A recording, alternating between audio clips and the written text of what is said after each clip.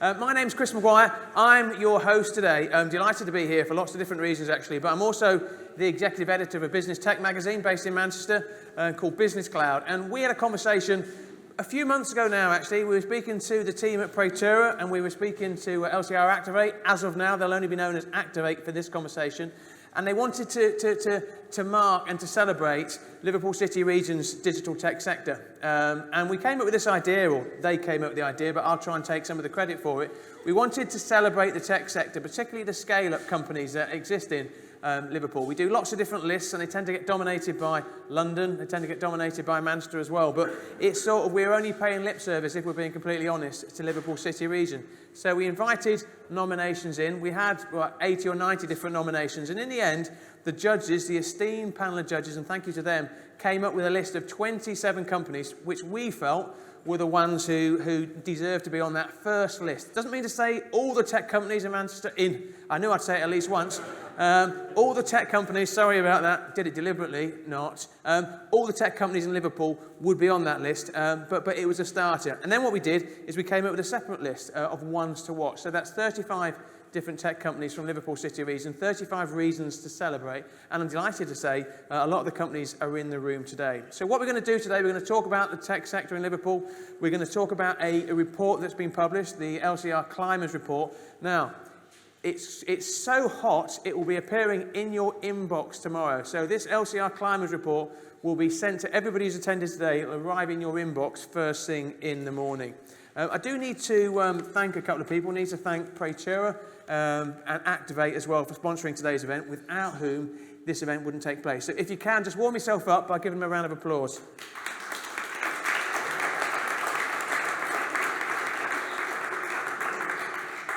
So this report, which you'll all be getting emailed tomorrow, just a couple of the standout lines which I spotted.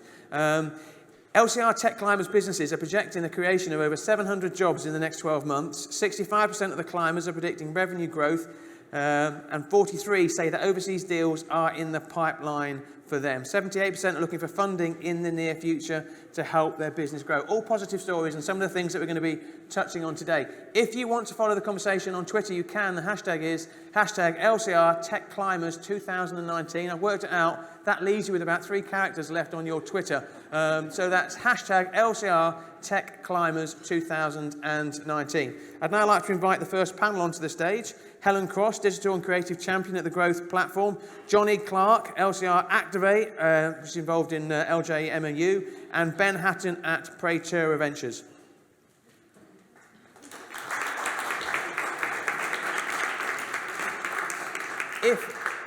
If I said to you that one of these people on the panel was an amateur cage fighter, I don't think anybody would think it was Johnny, but I found that out for a fact today. How many fights did he have? How many? One amateur one. And did you win?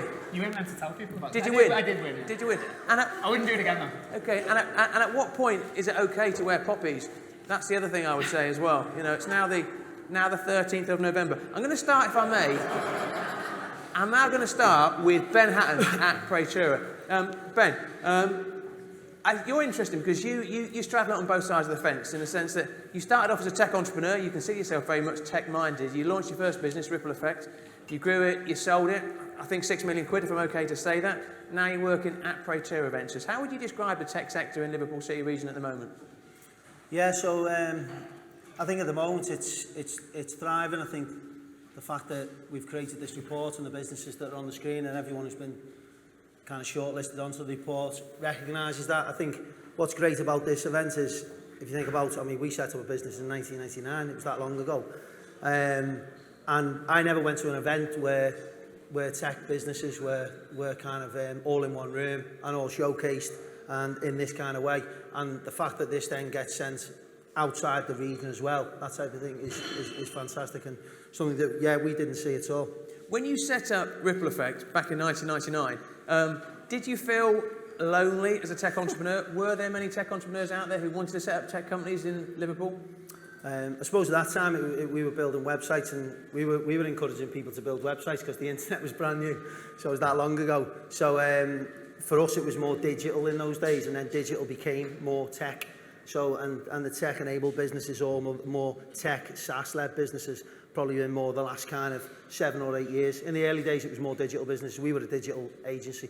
Yeah, one of the things that has come out of the report, which was a survey of the companies included in the Climbers report, was funding, and a number of companies in the room, a number of companies on the list, plan to raise funds next year. It's a gap in the market. Is that where Praetor Ventures comes in? What is it that you're trying to fix? Yeah, so we're definitely trying to plug some of that gap. We can't plug all of the gap. So when I first got involved with Praetor, the guys, the original founders of that business, were almost doing individual case-by-case investments on an SEIS or an EIS basis. I was a Trinity Mirror at the time who bought Ripple Effect. And I got involved with those guys and we invested in a number of businesses. And then it got to a point in time where we thought, how do we then take this business to the next stage? And for us to go to the next stage, it was about becoming a bigger organisation and developing funds and actually then taking those funds and investing into businesses on a fund level rather than a case-by-case level. So we've raised the fund earlier this year, which is £15 million. We've deployed almost 90% of that fund. We just raised another £10 million. And by January, we will have invested probably most of that fund too. So that's fantastic, but that's us helping to plug some of the gap. Yeah, how strong is the tech sector, the tech digital sector in Liverpool City region, in your opinion? Bearing in mind, you know, your geographical spread is much wider than Liverpool. Yeah, so we've got investments in the Liverpool City region. We've got investments all over the north and the northwest. Predominantly, we've also got investments in London, but I think in many ways the report showcases the kind of businesses that exist in the city region. I think this is really important to I know I'm saying about kind of showcasing businesses, but it's so important to recognise what does exist. If we'd have asked ourselves before this report who exists in the city region from a tech perspective, I'm not sure where we would have found a list. And I think that's something that we've got to change, and that's me talking as a local person rather than just me talking with a Praetor hat on. That's something that I would be passionate about.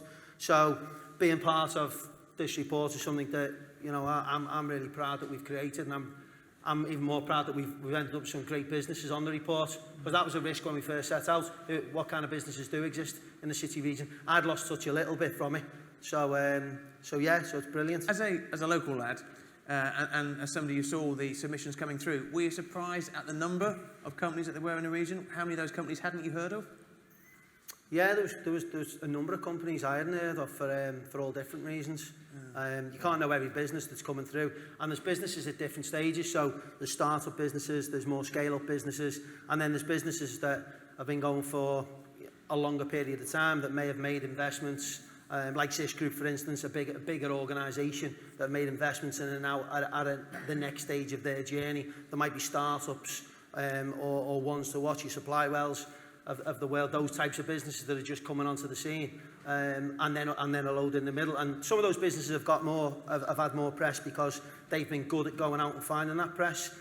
So Ticker, for instance, that business, you know, they've done a great job of getting out and getting their own press and raising the Seeders Fund as well. So some people have done a good job of going out and finding that press because they know what to do, but others need support, and we need to support those businesses. What needs to happen next? You know, what needs to happen in your view?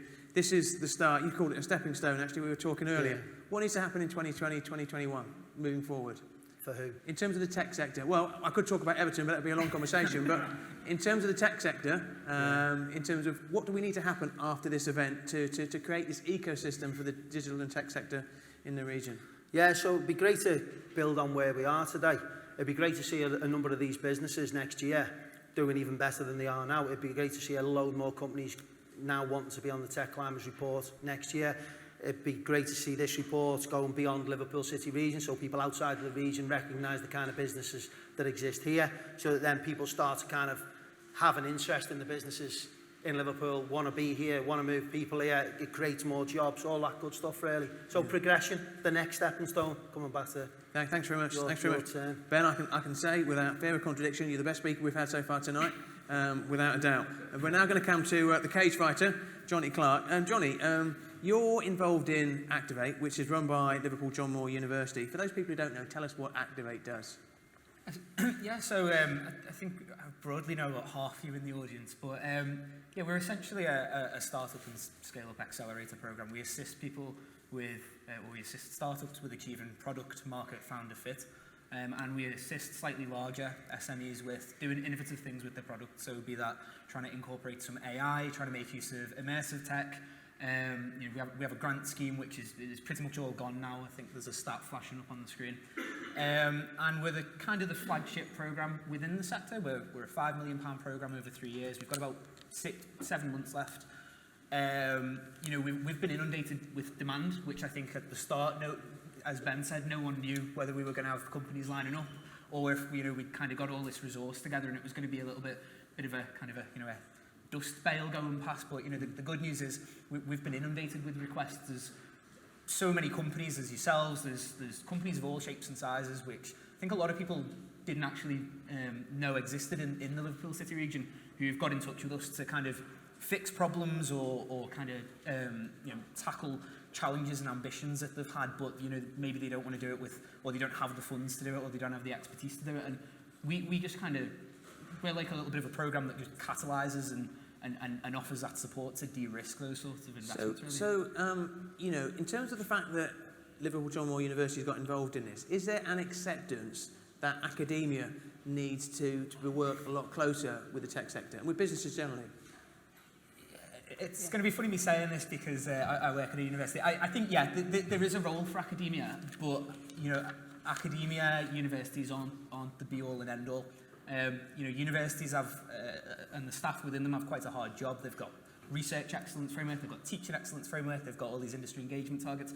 I think the best people for entrepreneurs and for tech startups especially to learn from are people who've done it before, other entrepreneurs who have a track record of success. And I think, I don't want to say that was missing from the Liverpool City region, but I think there was room to improve. And certainly as our programs developed, that's the kind of space that we've moved into. I think if there's any kind of legacy or track record from what we've done over the past 2.5 years, I think that the best one would be we've kind of created this ecosystem of entrepreneurs helping other entrepreneurs and kind of mentoring each other and kind of giving back to their tech community, because that's what works in other places. I'm not saying we should copy London or Paris or Silicon Valley, but if you were to look at the culture that exists in all these hubs, it's that culture of companies working together, collaborating on problems, not being afraid to knock on each other's doors, and kind of validating each other's ideas as well. You've worked with a number of companies in the room. I mean, you've worked with SupplyWell, you've worked with Steam School, you've worked with Webinar Vet, great business that.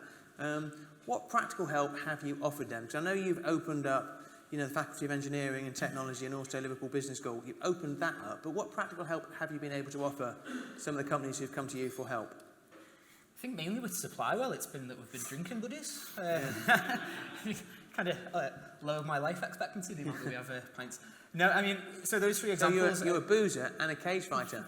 It's a hard life. It is a hard. Yeah. Okay. So I mean, SupplyWell. SupplyWell came to us about 8 months ago with a pitch deck and a kind of a business plan outline. And not to do you down, Dan, it sounds like I'm kind of hating on you. We've worked with SupplyWell on refining the product, making sure that it's a product, they have this idea that they're going to match supply teachers with supply vacancies. Okay, that's a good concept, but we've worked to validate that product. We've looked at what that product looks like in a program set, and how does that product scale. After that, we look at what sort of investment do you need to actually build that product. That's quite intensive. You need programmers, you need developers, you need a product manager.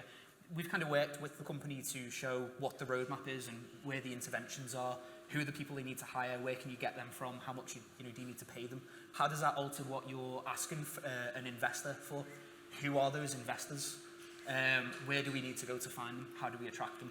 And then the final part is going out into the market and proving it, and SupplyWell is generating a good bit of revenue now and is really popular with their customers. How do we iterate on customer feedback? How do we take the feedback that those customers give and implement that into the product in a cost-efficient way? So, they're the kind of the headline things, but there's a million tasks in each of them, and I think we kind of act as that neutral partner, that helping hand for the company.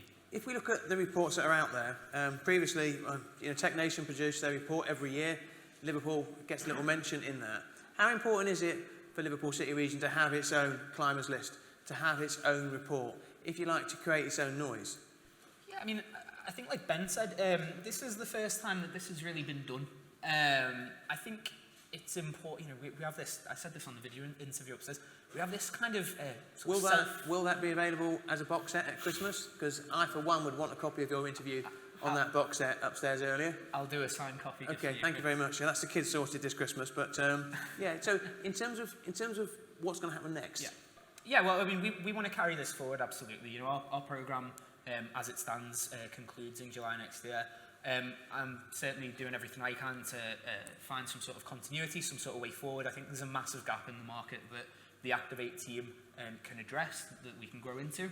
And as part of that, we absolutely want to carry forward what we've done with this report. This is the start. It's the inaugural report. There's many more companies that can be on this list. There's many more companies we should be helping to get onto this list. And there's a whole lot of work in between to make sure that these companies have the support that they need to grow and go international, be that export, be that raise finance, whatever it is. There's a role there for us to play. I mean, Liverpool's on the map for so many different reasons, but globally it's on the map. I mean, football's putting it on the map, which I know you're passionate about. In terms of what success looks like for you, would it be more of the graduates who are leaving Liverpool John Moore wanting to stay in the city, wanting to set businesses up in the city, and ultimately employing more people from the university, and it becomes a virtuous circle? Yeah, I mean, for me growing up, I always kind of thought, I'm going to move away from Liverpool because I don't know what I want to do and what is it to do in Liverpool. And even when I finished university, the careers guidance I got was very much, you've got this degree, go and find a job in a corporate, that's what you want to do. No one ever spoke to me about tech startups or ecosystems or anything like what it's like to be a founder. If I'd have known that, I probably would have done something different. But I think, for me, success looks like, yeah, you're right, students who graduate here not having to go elsewhere to get a good job in tech or to start a business. I think, quietly, my own sort of little personal thing is I think we have Liverpool's first unicorn on the programme right now. I'm not going to say that is, but I do think we have a potential £1 billion privately held company on the programme. So, I'd love to see that come to fruition, or even just halfway to fruition, because, if you have a company like that, it's great for the brand of Liverpool. It's great for, they're going to employ a lot of people on good paid jobs. And it kind of says Liverpool's here. It's a place to start a tech company. Is that in the Activate program? You think there's a company, one of your cohorts, is currently on the course at the moment. You think it's going to be a unicorn? Yeah. How many companies have you got on your cohort? Actively right now, we're probably working with about 40 in the wider cohort who we have worked with and who we've done kind of smaller collaborations with. It's probably about 150 right now. You really put your neck on the line there. So one of the 150 companies that you're not going to name is going to be a unicorn. Yeah. Okay, right. Okay, fantastic. No, I think that's great. I think if you can get more unicorns in the Northwest generally, it puts a region on the map as well. Thanks very much for that, Johnny. I'm going to come to Helen now. Helen Cross, Digital Creative Champion at Growth Platform. Just tell us a little bit, Helen, about what you do. I'm championing the digital and creative businesses here in the City region. So collectively looking at how we can shout about successes. So things like initiatives like Tech Climbers, to really talk about what we've got here, and both to help those businesses to promote themselves, but also to help with our inward investment plans to see what businesses could we attract to come to set up here, what would complement the businesses that are here as well. So I kind of do that on a collective basis, but also on an individual basis with businesses, do some business engagement, see who we can get onto the Activate programme. If that's not for them, look at other programmes that the Growth Hub have and see what we can, how we can help them to grow, looking at the problems they may be facing at that time. Really pleased to hear what Johnny said, and that he thinks there's a unicorn within that cohort, which is great. My perception at the moment, and correct me if I'm wrong, my perception at the moment is that most of the companies in the digital tech space in Liverpool City region will be SMEs employing 20 or less. What's your experience? Yeah, I mean, that's pretty much it, I guess. I think in the report we found that 85% of the respondents employed less than 25 people, so we are dealing with a lot of small companies. Of course, we've got huge multinationals here as well, in the likes of O2 and IBM in Daresbury. We've got some household names, with Shop Direct and Unilever, all doing some pretty high-tech stuff. So we have got the big businesses as well, and I think part of what we want to see happen in the future is how we can get those big businesses in the public sector and such like really sort of engaging with the smaller businesses for everybody's benefit, for the benefit of the city region, for the benefit of particularly for the small businesses. So I was down at Baltic Triangle earlier today, visiting Red Wigwam. Great business on the list. Yeah. Fantastic company, great prospects going forward. You've got Baltic Triangle, you've got Liverpool Science Park as well. If we look across the region, is the tech sector in those clusters, or is it tend to be spread out across the region? Yeah, primarily in clusters. Baltic, as you say, in Knowledge Quarter, probably more widely than just Liverpool Science Park. And then SciTech Daresbury, we've got a number of businesses that have made the Tech Climbers list from there. And they've got, that's an expanding site as they sort of grow on space for businesses. We've also got a few, I guess it's just a couple of businesses like Evoke and High Impact who we've got on the Wirral, and a couple in Knowsley in the form of DriverNet and Silent Hill. Evoke Creative in the Wirral you're talking about. Yeah. So in the room today, great business. Yeah, so but they're not in clusters really. They're kind of in outposts really. So I think the businesses that, I mean, we've got a number of businesses also in the business district as well who want to be close to their clients. But I think those that are in Baltic Science Park and Daresbury are the ones that want to collaborate closely with other businesses and want to kind of use that proximity to other suppliers and that they can work with. I mean, a few years ago, Liverpool had the gaming. That was a real strength within Liverpool. If we look through the list now, the impression I get is EdTech's big. There's a company in the front row, in the second row there, working in the EdTech space. You've got immersive technology companies as well. Absolutely. What do you think are the real hotspots in terms of the region's tech sector? What are the growth areas do you see? I guess some of the growth areas are looking at the other growth sectors that we have in the city region around manufacturing and health. We've seen a number of, specifically around digital health, we've seen quite a large portion. I mean, the technology sector itself, we've had a number of the businesses on the list are actually targeting the tech sector. But immersive is really one that's definitely emerging. And I think with the history of the games industry here, as you know, there's a number of games companies that have developed into immersive companies, and I think we're just doing a study at the moment actually to really map the immersive sector and see what we've got here and what we can really sort of capitalise on from the city. Be different. How can we stand out from other cities in the country? What can we kind of use as a bit of a sales for companies to want to set up here? So we've seen the climbers list, 27 companies. We've seen the ones to watch list, 8 companies. We've got the climbers report, which will be emailed to everyone in the room. If there's a reason for waking up in the morning, that is it. I know how good this report is. It's going to be emailed to everyone's inbox tomorrow morning, probably before 7 o'clock in the morning, knowing the people who are responsible. What needs to happen next? What do you want to see happen next in terms of Liverpool's digital tech sector? I want to see initiatives like this to grow. You know, this is just a starter. We've got a long way to go with it. It was just really seeing whether there was appetite out there from the businesses to get involved in something like this, whether the stakeholders that we got in other organisations were willing to kind of come along and help us really sort of showcase what we've got, which of course it's been very well received. So I want to see things like this grow, and I want to see the ones to watch move on to Tech Climbers. We want to see more businesses come on to the ones to watch and go through that process. Get more companies that we can really sort of say this is what Liverpool's all about here, and all work together really to strengthen the sector. You can just tell when you look out how many people are in the room today. You know, it's pretty cold out there. It just gives you a sense that there's an appetite for it. Have we got any questions from the audience for our first panel? Who wants to kick us off? Sorry, can you just stand up and just identify yourself? Yeah. Absolutely. As always, impeccably dressed, Gavin, from Mashbro. Gavin, take it away. Who do you want to direct your first question to? So everybody. So last week I went to Web Summit in Lisbon, and it was phenomenal. Like, you've got all this knowledge around you, all this hype and what's going on. I suppose, how do we get that acceleration here? How do we get more knowledge in the city? How do we put on those big tech events? How do we get that inspiration to go and educate us, to push us forward so that we can dress people like that and to start more companies and have the city grow? I'll just say something about the digital summit. Is obviously we've started with that, trying to bring together the community from trying to inspire them, but also sort of give them some learning from other businesses that have been there and done that. I know obviously it's not in the scale of what you've just been to, but at least it's something to say that get the community together talking about what they want and seeing what we can ask of programmes or investment in the future. There's also been a big £75 million business growth package announced from the Combined Authority, and we're just working at the moment to see how much of that we can get for the digital sector.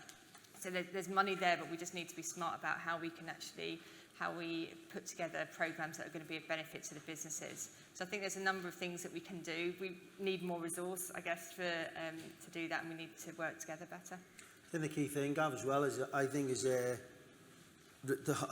that term, rinse and repeat, but like keeping on doing what we're doing now. Like you've started Creative Kitchen and kept that going, and it's just got bigger and bigger and bigger and become something great. The Girl Geek started and just became bigger and bigger, has become something great, and that's by kind of sticking at that and really taking pride in it and believing in what you're doing. And then you do a session, Google come along, other people come along, Facebook might come along, and you're starting to bring those brands into the city to help to educate the people within the city region. We got YouTube here a couple of months ago. Yeah. And they contacted us. That's what I mean. So something like this, if this doesn't happen again, or something like this doesn't happen again, it wasn't worth doing it in the first place. You know, we've got to continue it, because if you were to knock the city region over the last 20 years, it's been something's happened, died, and then we all sit there kind of saying, well, what about us? And then we've got to do something about it, and this is fantastic to do something about this.